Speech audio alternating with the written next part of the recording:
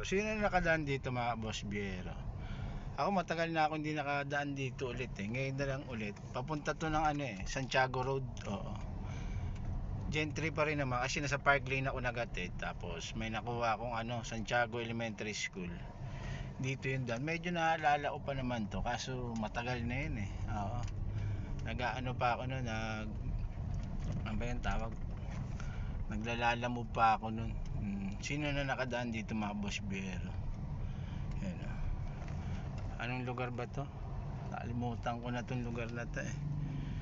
Paki-comment na lang pag alam nyo. Ayun nga lang ang problema, malubak mga boss Biero. Ayan o, malubak. Oo. Mataas. Sana pwede kotse. Kasi nakadaan ako dito dati, motor pa eh. Kotse nun meron. Madalang eh. Oo. Konti lang naman yung lubak dito. Ayan o. Diba? Oo, naalala ko na to. Sino nakadaan dito? Yung pa Santiago Road o General Trias. Gentry pa rin naman na to yung pinagatiran ko. Ito may eskwelahan no. Yan tayo dadaan mga boss Biero. Tanda ko pa to may may parang may dadaan ako mga bahay-bahay dito na yung family pero pagka alam ko pwede ba kotse dito, inaabahan tuloy akong pwede kotse dito eh. Pag hindi babalik ako, ika-cancel ko na lang. Yun, may nakita akong sasakyan, pwede. Ayan o, may sasakyan ako nakasalubong.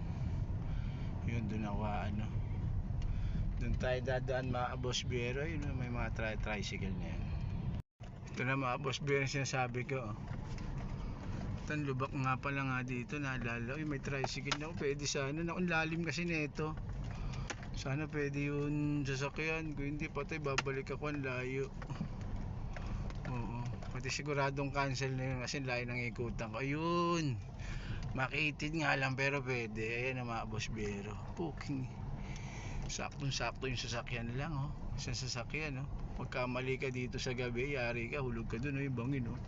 Ito yung bangin na yan oh. Yun, pwede yun na. Lusot na tayo. Pa-comment na lang kung anong lugar to, kung anong barangay na sasakupan nito. Hindi ko nakita yung kanina dun eh. May try natin makita dito. Ay sinasabi ko mga bye-bye dito. Para mga compound to eh. Kasi nakadaan talaga ako dito, matagal na. Pwede pa pala dumaan sasakyan dito. Yan o. Ayan o, makikita mo MJ Resort. Papunta sa MJ Resort. Yun o. Yan, ready na. Safety na, punta na tayo doon sa pagsusunduan natin. Susundan mo lang itong daan na to, yun na yun eh. Magkakaal